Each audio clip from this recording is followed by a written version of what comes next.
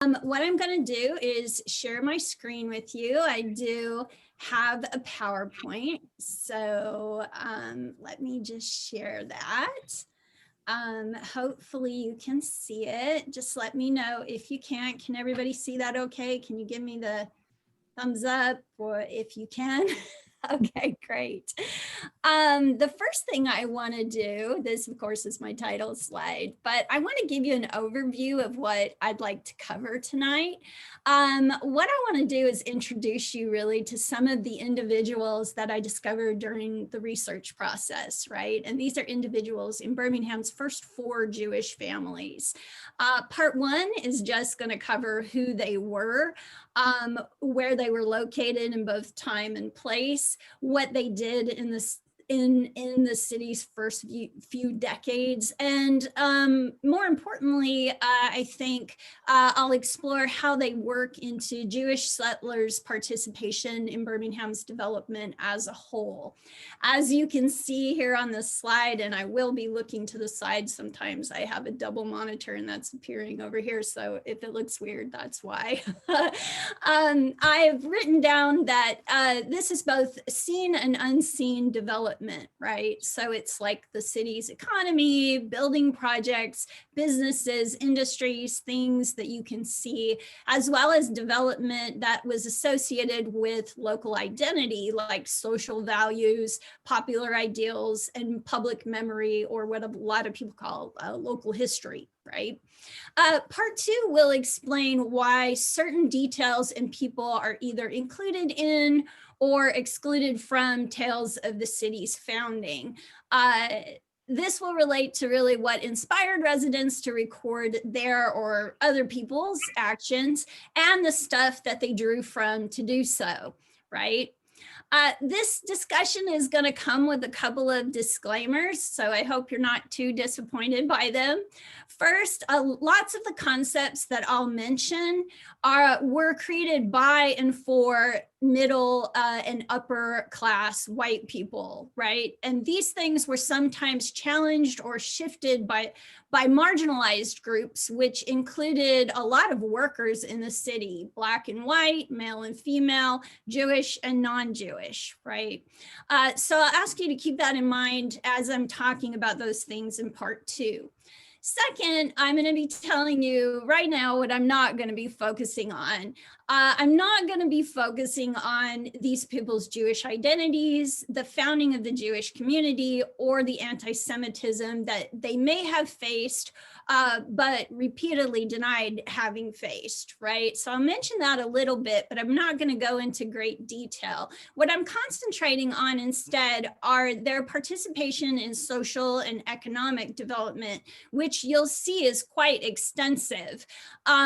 If you want me to go into any of the topics that I said that I'll be passing over, which actually to cover in detail like they need to be would require additional presentations, I'll be happy to address those things at the end of the talk with your questions, because I really would like to end with your thoughts and impressions, as well as, you know, maybe some questions that you have. So hopefully that sounds okay with you guys. The first thing I would like to do is make this a little bit interactive. So we're going to start with a poll, and I think Margaret has that ready. I realize that a lot of you may not know a whole lot about the early Jewish community, or maybe some of you do know a little bit because of things you've read. So I'll just ask you to guess. You can make an educated guess, or you can make a random guess, whatever you'd like, but no pressure. This is not graded, right? So just basically, what do you think the name and occupation of the first Jewish settler was? And we'll be concentrating really on the heads of the households, who were recorded as the heads of the households, the male Jewish settler, you know, Birmingham's first male Jewish settler. So Margaret, do you kind of have... The poll function has all of a sudden decided not to work anymore. So I'm actually going to ask you all to put your answers in the chat. And okay, great. see your answers that way. That works. So we'll just give you a couple of minutes. I'll even read the questions, right? So for the name of the first Jewish settler, do you think it's A, Samuel Marks, B, Isaac Hochstadter, C, Henry Simon, or D, none of the above? Okay, we've got Marks Banker, Henry, Marks, and none of the above. Marks. Got a lot of Marks coming. Okay, great. That is a big name. They were indeed around at that time. Occupation, guys: wine/beer dealer, confectioner/baker, banker. My students' favorite answer, none of the above, or E, I threw in a tricky one there, all of the above. What do you think? So far, we've got wine and baker coming in. Mostly wine and baker. We also had Bromberg, maybe as an alternative to the name question. Okay. We've got Baker again, Simon Baker, Marks, wine beer dealer. Nobody's going for banker so far. Okay. We've got all of the above again. Okay. Interesting.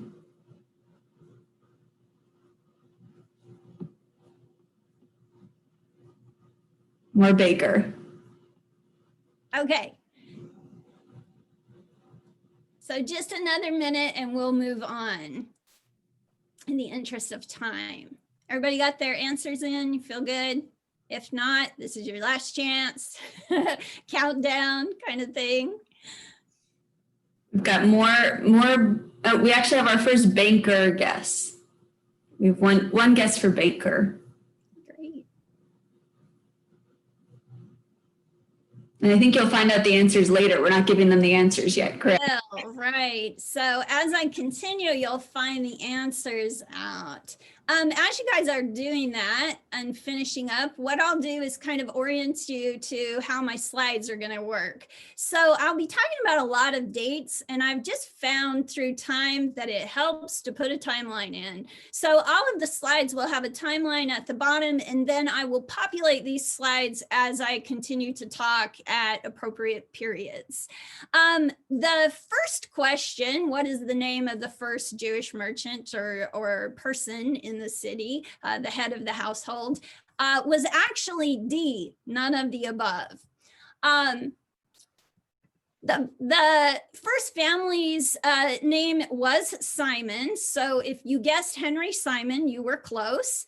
And it's recorded often as Henry Simon. In fact, I have yet to find his first name correct in any document, which is why it took me 2 years to figure out that wasn't his name. His name was actually Herman Simon, and it's recorded in very few places. Almost always it's H. Simon in 19th century newspapers, journals, and documents. But here you can see in the 1880 census, he was listed as Herman Simon. His death records list him as Herman Simon, and materials associated with his wife Paula, who is here, if I can get my mouse over there, right here, are also a connection to him. Previously published accounts state that the Simons came from Selma. It is true that Herman may have run a dry goods store there in the 1860s with at least one non-Jewish partner, but exact records of that are non-conclusive. And Alabama's struggling post-Civil War economy really resulted in the failure of that business anyway. So you can see I've included here something that was published in the Selma Morning Times in 1866, where H. Simon was no longer picking up his mail. So if he was in Selma at that time, and there's no certainty that this is the H. Simon that we were kind of looking for, he was gone by 1866, right? The Simons definitely lived in Virginia in 1867 and 1869. However, where they had their two sons, Edwin and Oscar, and they appear on the census right below Paula's name, they were indeed in Alabama by 1871, where their third child, Franklin, was born in Elyton. Elyton, if you know anything at all about the city, was a small town about 2 miles from what would become Birmingham and gave the land corporation that founded the city its name. It was actually the county seat at the time. They, like most of Birmingham's early settlers, were probably drawn to the area by its promotional material.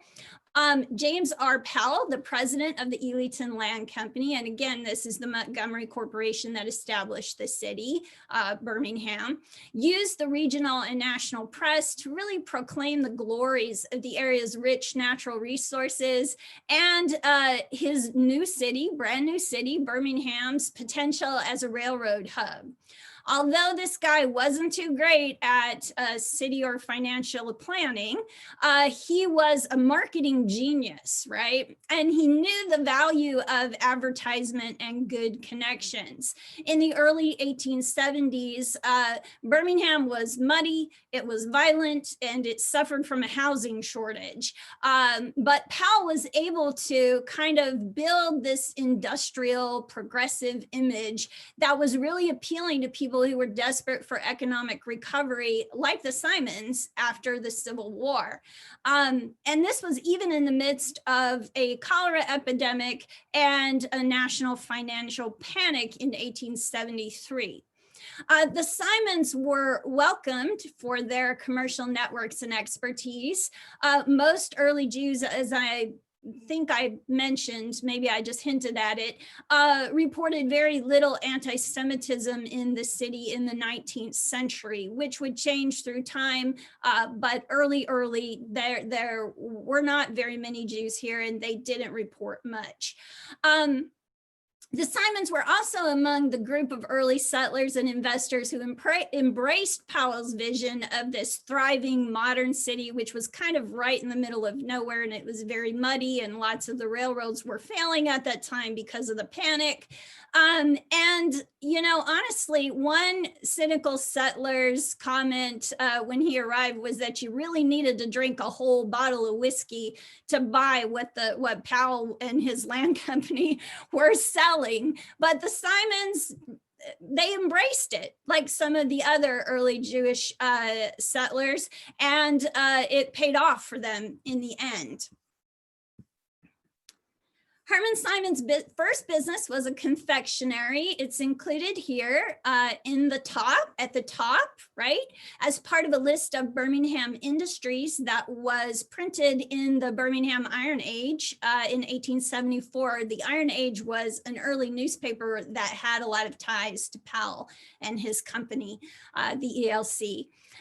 His choice for a shop, a confectionery, might seem odd, considering the town's reputation at that time for crime, prostitution, and drunken street brawls. But Birmingham's marketing image, or what we would know today as its brand, that's what we would call it today, its brand, right? Suggested modern goods and luxury goods were really readily available in the city because of its industrial and transportation advantages, which weren't exactly realized until, I would say, 1875, 1876. So early on, when Simon was here, it was still kind of difficult. You may also note that this listing included cigars, which were always in high demand among the men of the city, both in the working class and in the investors that were coming to the city. So that helped him out as well. His first store's location, which is marked here, he rented, was really on 20th Street, and he did rent between 1st and 2nd Avenue, if you kind of know where that is, 20th Street North between 1st and 2nd Avenue. And what I've done in this presentation is give you an idea of where these things would be on a blow up of a map that was the earliest I could find. This is the 1888 Sanborn fire insurance map. So it serves me well when I'm trying to locate things, but You know, I know that it's not exactly the time period, but there wasn't anything earlier. Liquor was also a very popular commodity in 19th century Birmingham. So Simon, like a lot of industrious businessmen at the time, sold alcohol. Pretty much every general store did. So here's a picture of what his first store would have likely looked like, even though this is not his store, it's one around that time period. And you can see from the blow up, hopefully on your computer, that that in addition to selling baby carriages like right here and having a photography studio in the upstairs, right? They also sold wines, liquors, cigars, and tobacco, which was pretty common in the city at that time. You can make a lot of money doing that, right?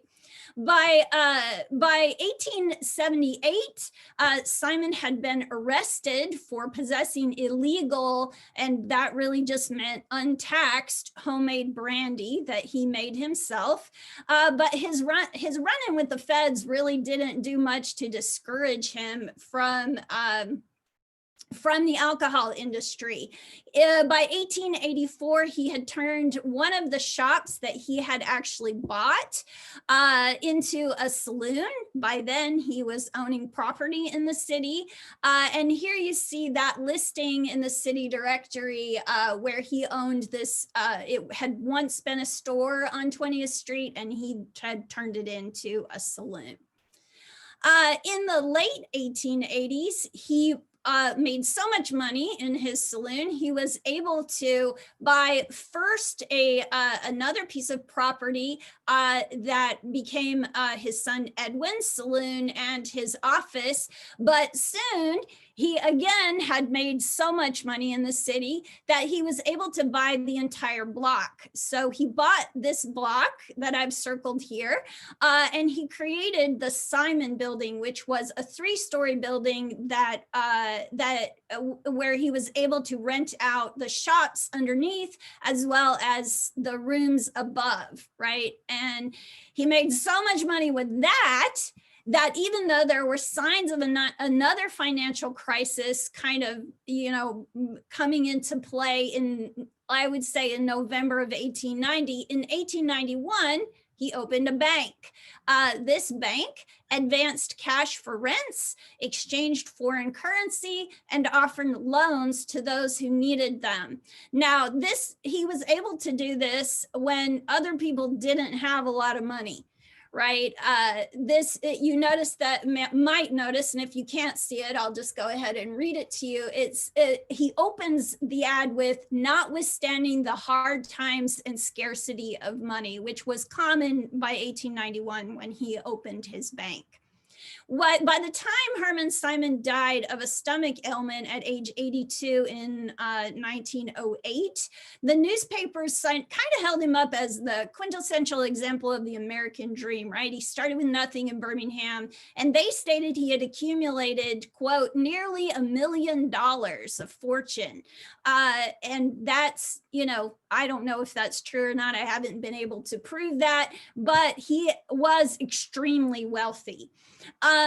And largely he did this by diversifying his income, his commercial interests over time.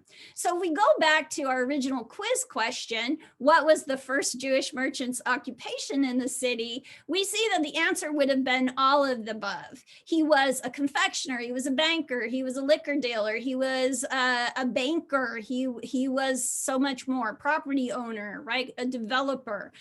So he did a lot, right? And that was really how he rode the booms and busts of the city that were very prevalent, not only in the region, but in the nation at the time.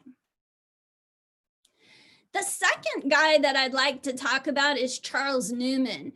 Charles Newman was the brother-in-law of Samuel Marks. You may seem like a lot of you had heard that name before. The guy is Samuel Marks. He's the guy that's usually identified as Birmingham's second Jewish merchant. I've included this family tree because I'll be talking about a lot of the relationships, and they can kind of be hard. They can kind of be hard to follow. The Marks family, many of them, including Charles Henry Henrietta, his sister, who was Samuel Marx's second wife, and Samuel Marx himself were Bavarian immigrants, but they had lived in Montgomery for a very long time before they moved to Birmingham, at least 20 years, maybe even longer. They traveled here from Montgomery, where they had run a dry goods store together on Court Street, the busy commercial thoroughfare there, in the 1850s and 1860s. Like the Simons, however, they found it very difficult to make a living after the Civil War. A devastating building fire actually was kind of like the nail in the coffin. It followed Confederate inflation, and even though Montgomery didn't suffer from much Union occupation, the 2 or 3 days that Union soldiers occupied the city toward the end of the war were very destructive.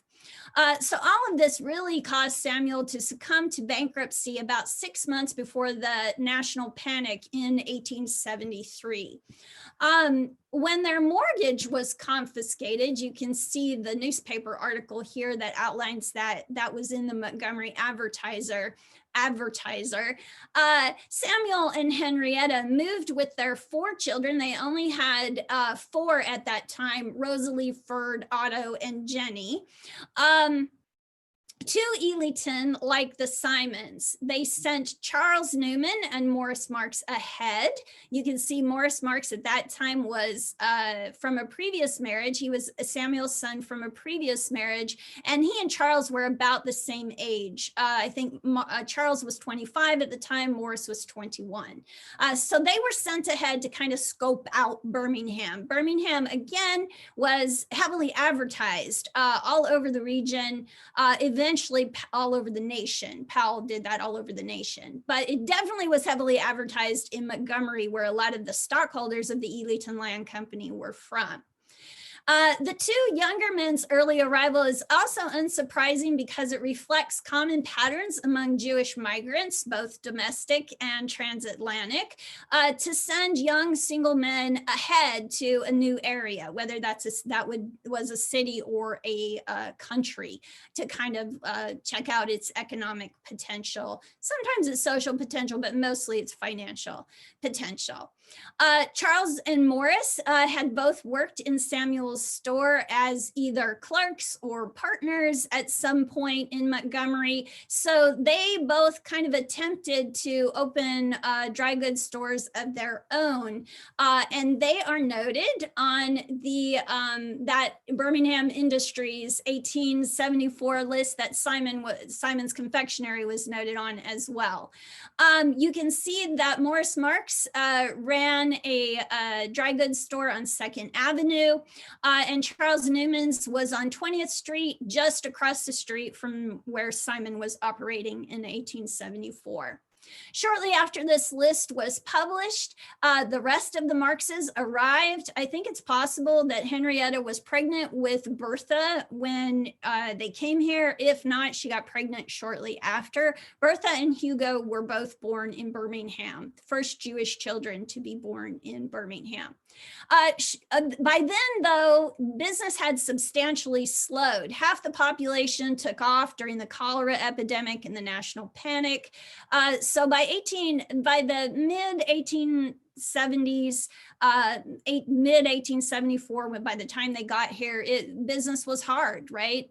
Birmingham was experiencing some kind of low times, even though there had been kind of a boom when the city was first established in 1871 and 1872. The family dealt with their financial challenges in a very different way than Simon, who diversified his income. They went back to working together and consolidated their stores, right? Morris and Charles consolidated their stores. In the 1870s and 1880s, however, their business took Charles's name, not the Marx name. His business, he was a prolific advertiser advertiser. So there's lots of advertisements in the early newspapers in the early 1870s, the city's early newspapers. You can see from this one, published in 1878, that the store carried a wide range of products, and they were specially designed to cater to the population's needs and desires. He suggests his store here was packed with bargains and discount prices, chic products that only he could get from special dealers in the north, and he lists those in detail and describes them with these big words like splendid and handsome, right? So he was really part of the Gilded Age marketing trends that really took off in Birmingham, and kind of branded it as a modern, progressive New South city.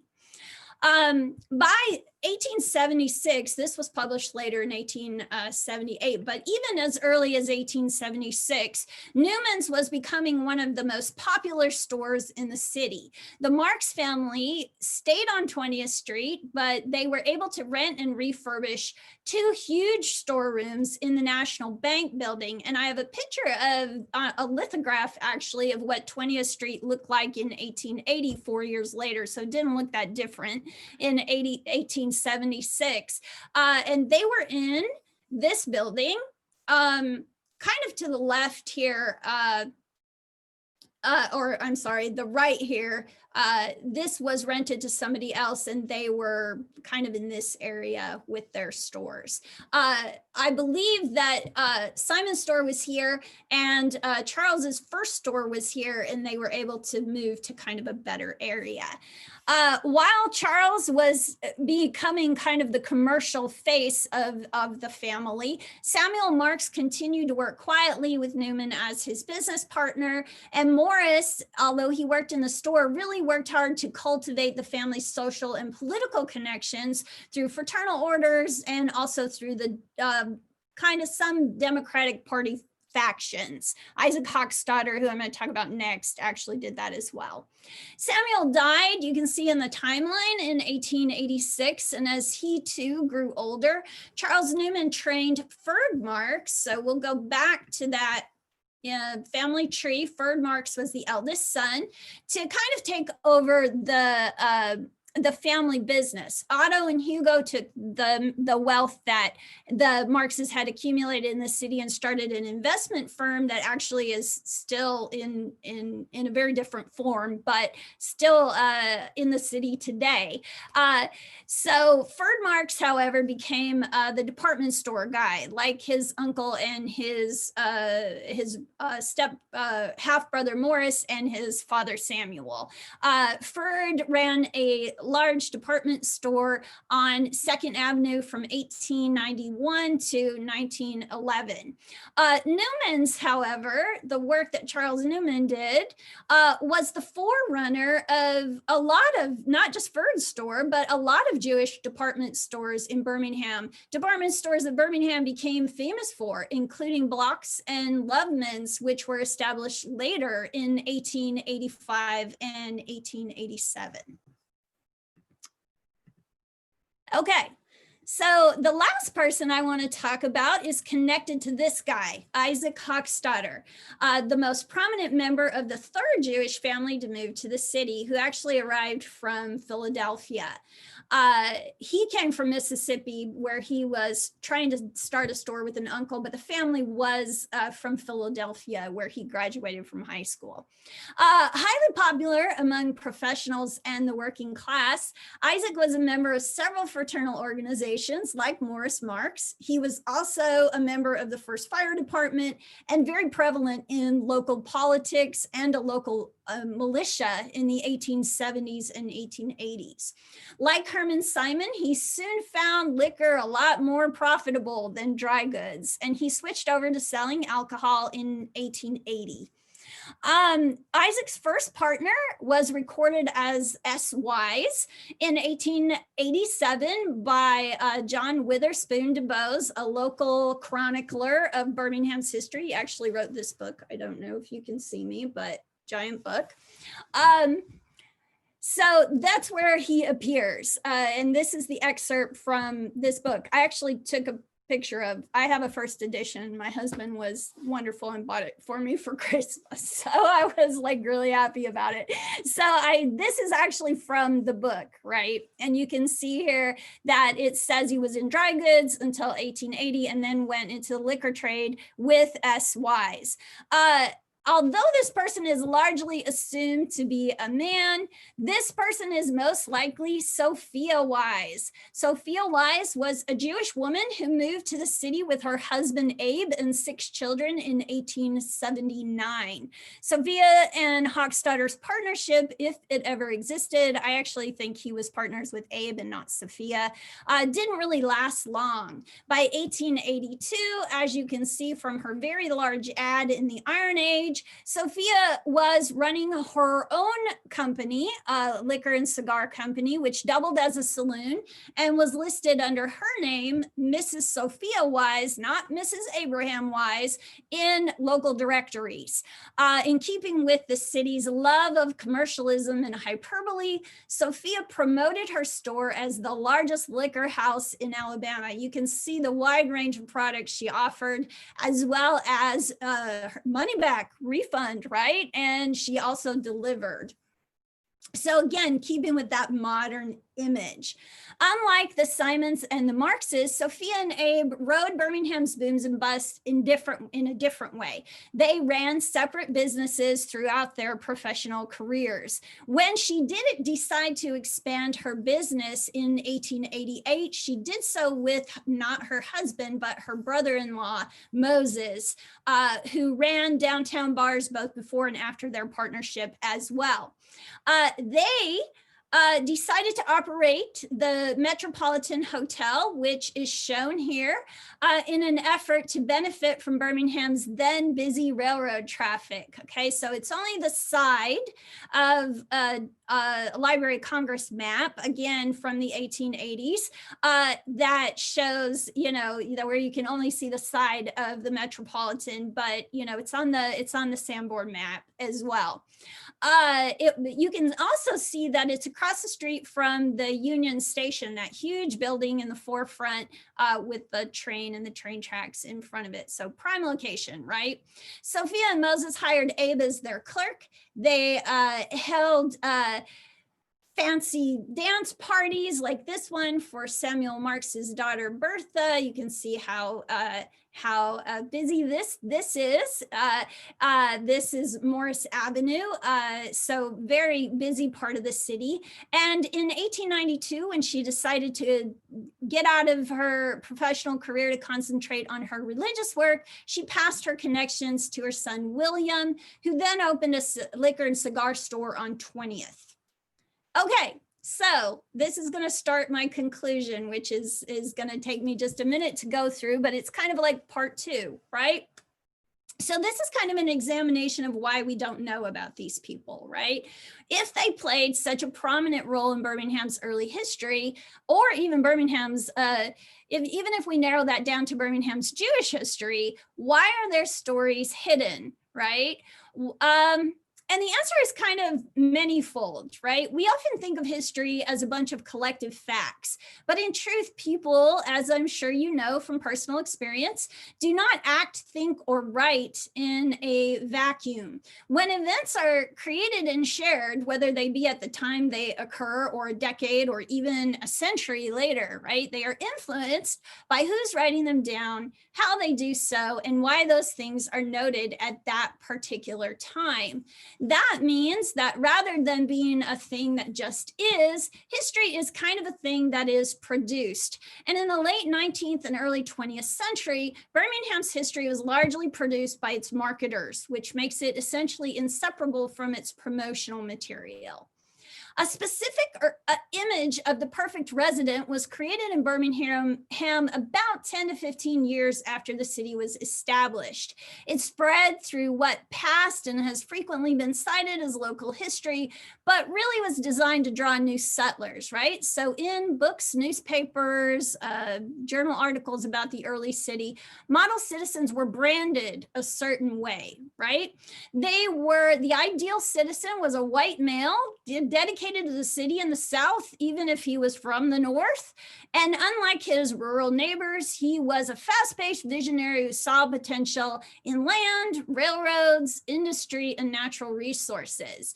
This really coincided with Birmingham's ideal image as well. Birmingham itself was branded as an industrial paradise, whether that was true at the time that these things were published or not. Sometimes it was, other times not so much, with limitless social and financial opportunities, right? So these promotional tenets that I'm talking about often unified and served as a source of pride for Birmingham's white population. And they're still very prevalent in these stories that we tell about Birmingham's early founding today. Right? When people wrote about the city's early founders and settlers, they kind of formed them into these frameworks, into simplified versions of what they wanted them to be or what was easy to kind of understand rather than the complex entities that human beings tend to be, right? In addition, Birmingham's Jewish history was primarily recorded between 1882 and 1891 by upper and middle class Reform Jews who went to Temple Emmanuel, the city's first synagogue, as many of you know. These guys were highly involved with Birmingham's economic and political circles, so they often just kind of absorbed the social values that I just described, which were very prevalent in those circles. The things they wrote became the primary sources for pretty much all of Birmingham's Jewish history.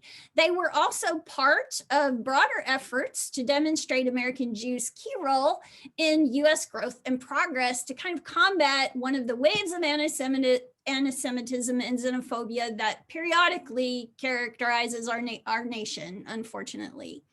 Consequently, as a result of that, they made sure the guys they wrote about fit into those ideals, right, that I was just talking about.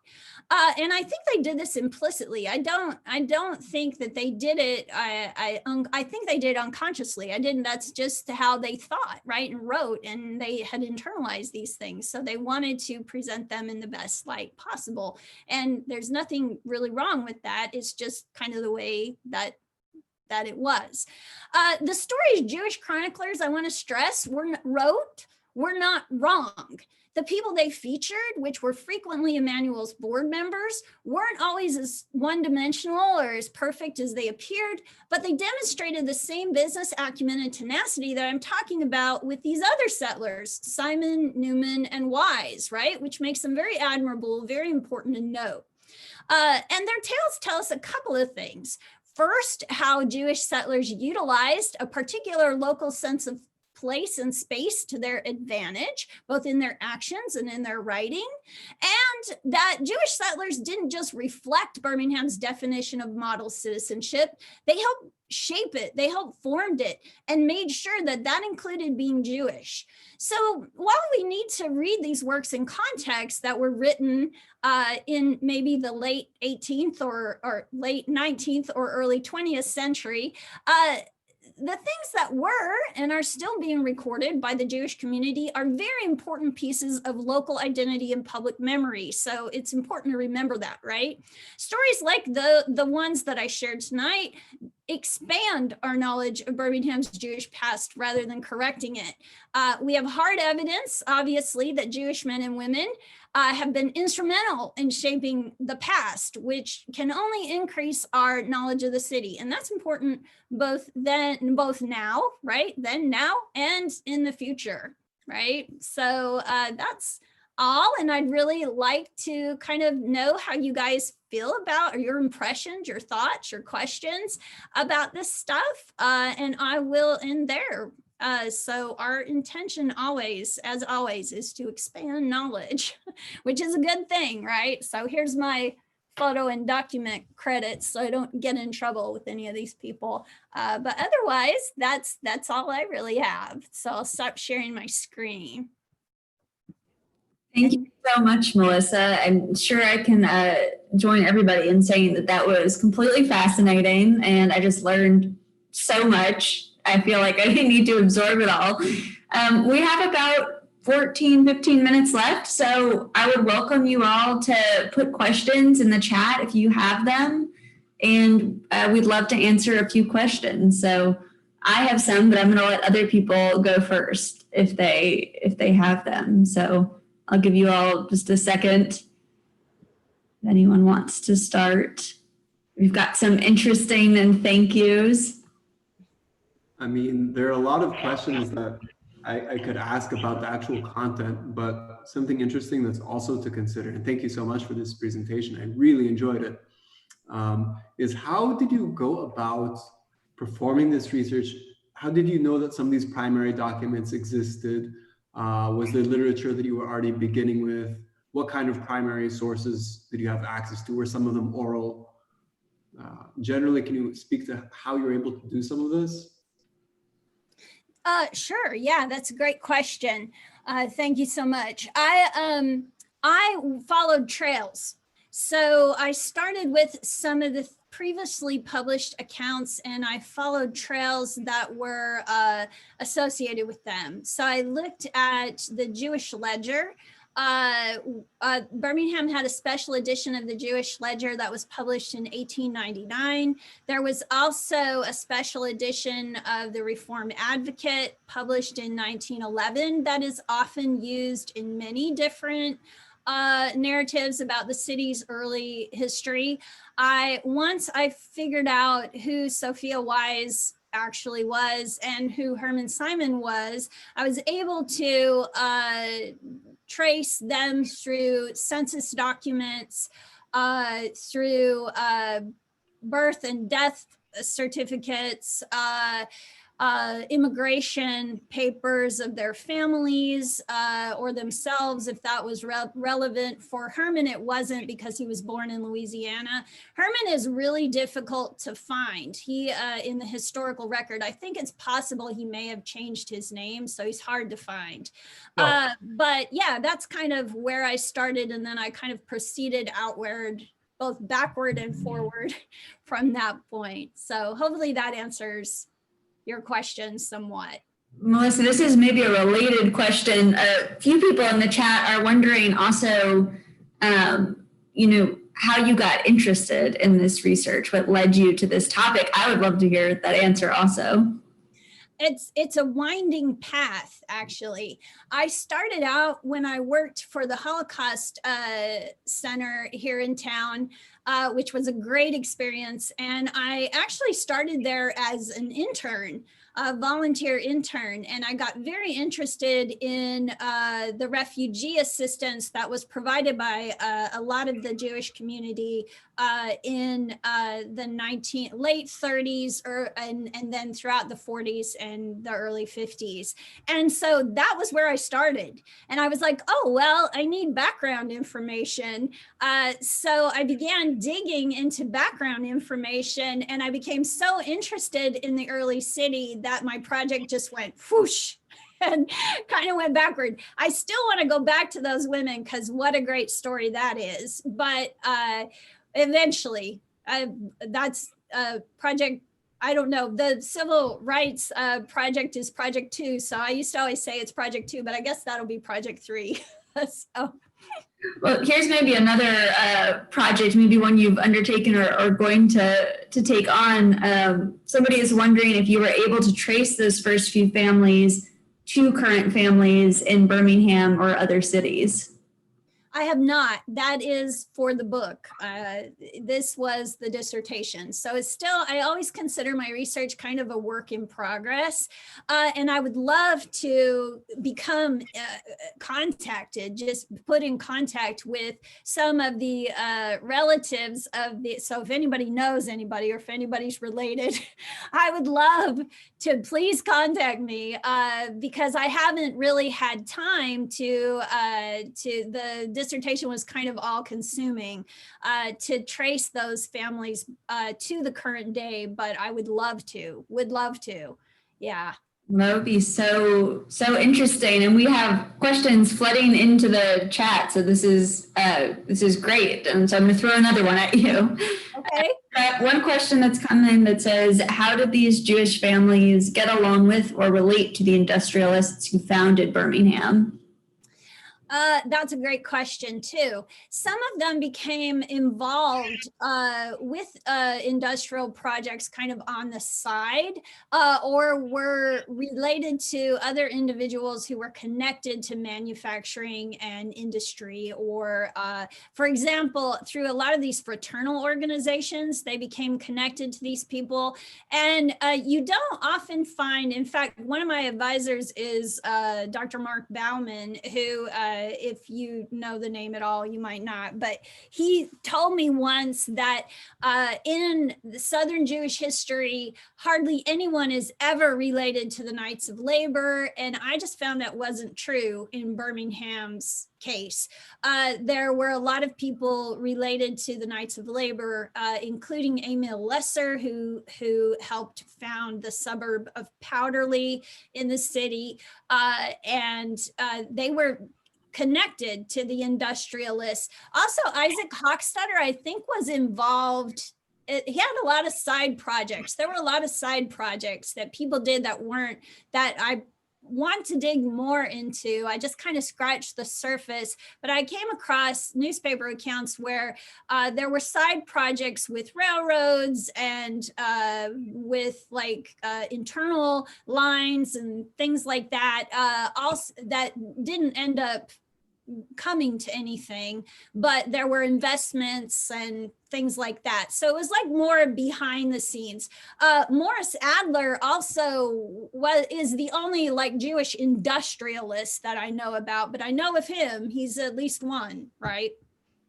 We've got some tips coming in now too. Just so Okay. you know, there are some folks who say that the Marx family is still around in Birmingham, and especially Edgar Marx, who might be on the Birmingham Holocaust Education Center board. So I can connect you with the folks in this chat if you would like.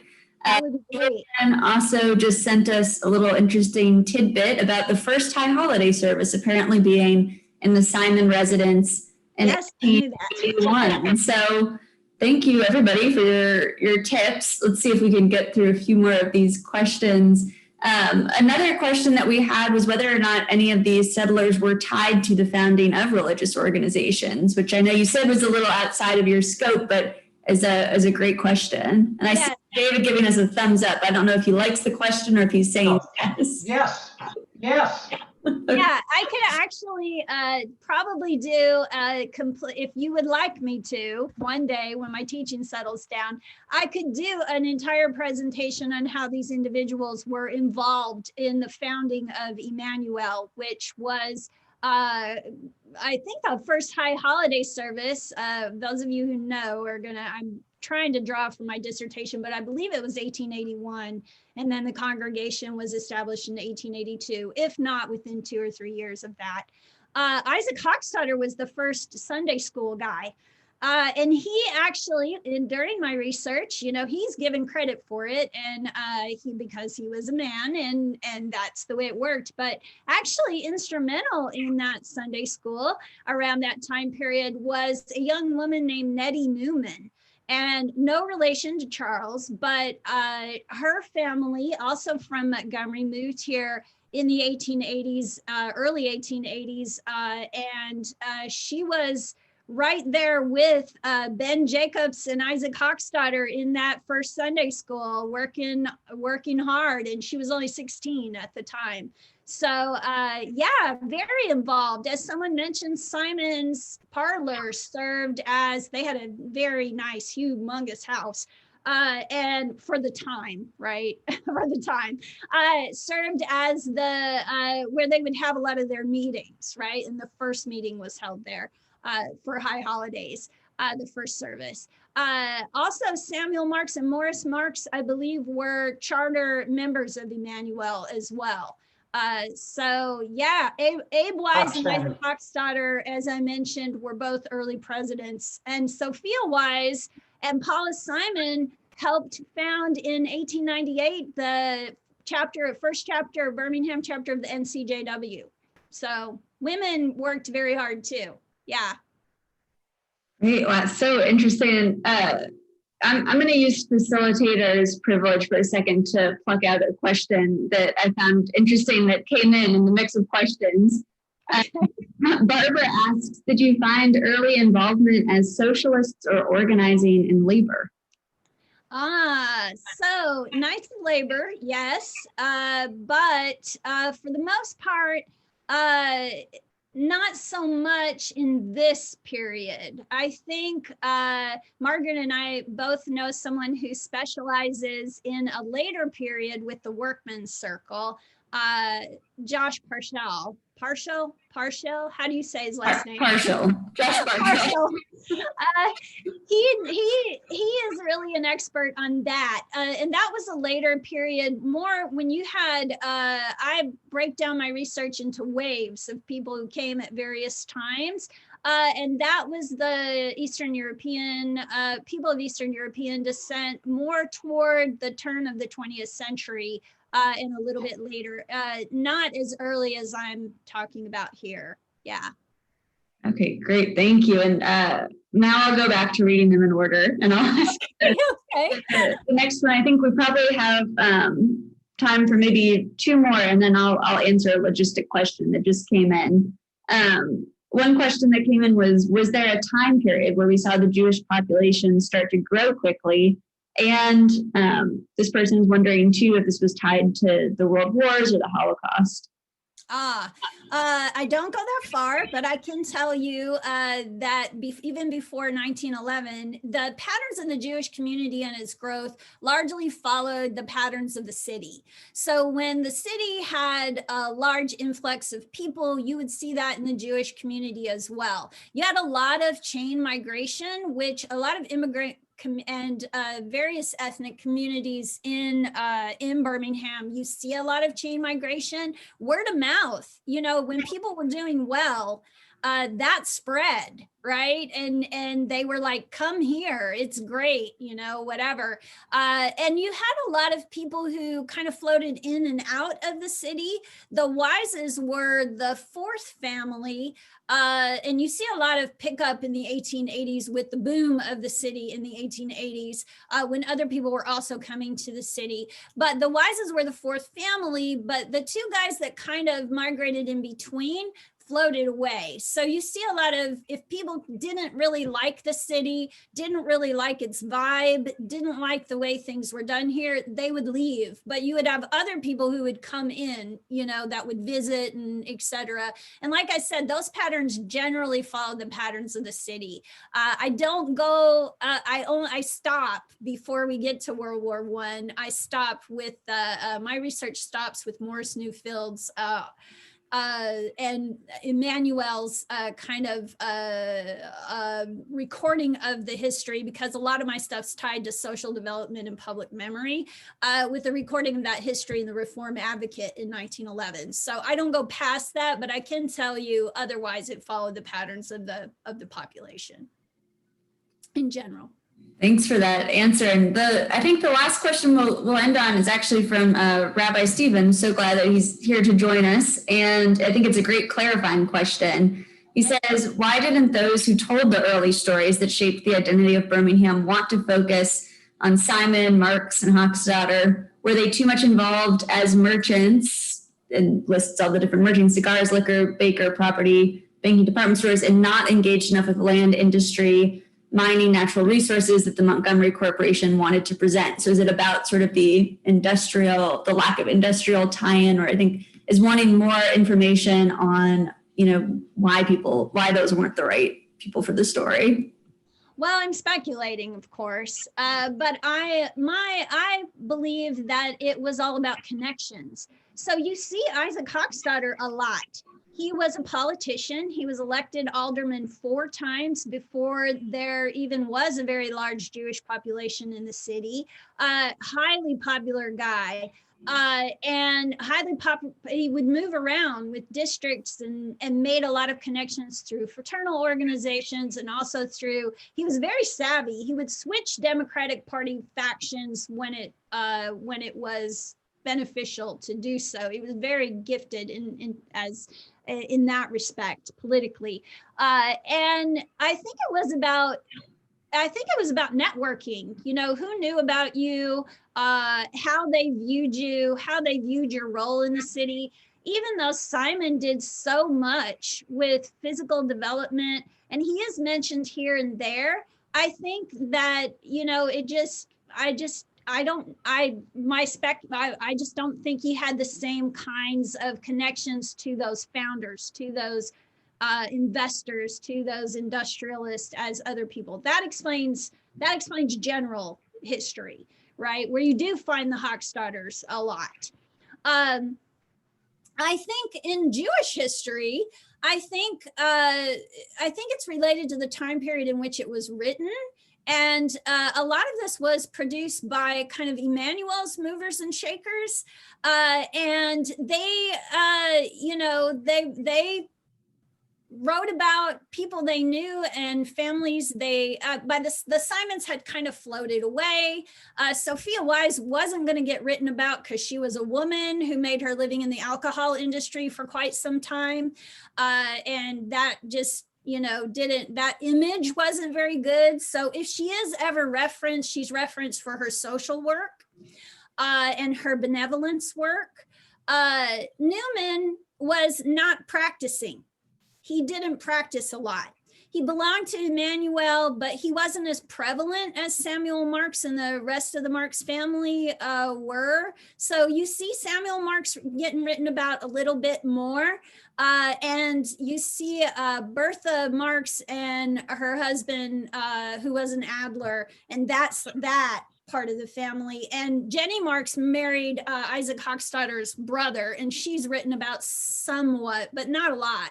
The women, not a lot, but I think that's why Newman didn't practice, so he didn't get mentioned in the Jewish histories. Yeah, it's so interesting to try to think about all these complex reasons, things that happened so long ago. And I mean, you've done a wonderful job of, you know, trying to sort through all of this. It's amazing to hear how much knowledge you have on this subject. There are a few more tips in the chat. So Melissa's actually going to put her email in the chat, and I'd encourage you all to reach out to her. Alex has a great tip about a great uncle who it sounds like it would be really interesting to talk to. Julian has been throwing in historic tidbits, an amazing community historian that would be wonderful to connect to. And then Lisa asked the wonderful question, how can folks view the recording of this program? This recording will be posted early next week on our Temple Bethel YouTube page. So I'll put the link here. It's just youtube.com/TBE Birmingham. We're starting to upload the majority of our programs to our YouTube page. So if there's ever something that you see on the calendar and you miss, that's also an option. And I will leave the Zoom open for the next 10 minutes for anybody who wants to stay and chat and socialize. But just give a virtual round of applause to Melissa. Thank you so much. I'll remove your spotlight. And thank you everybody for coming this evening. Thank you.